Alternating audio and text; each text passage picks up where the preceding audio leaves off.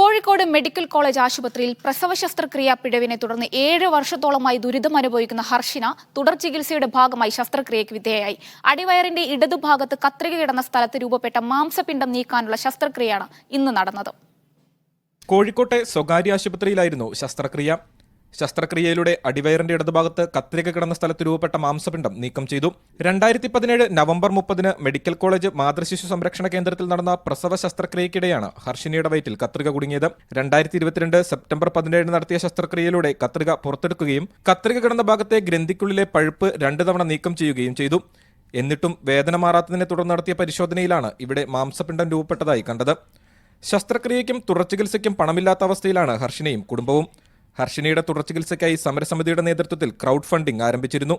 Media 1 Kozhikode.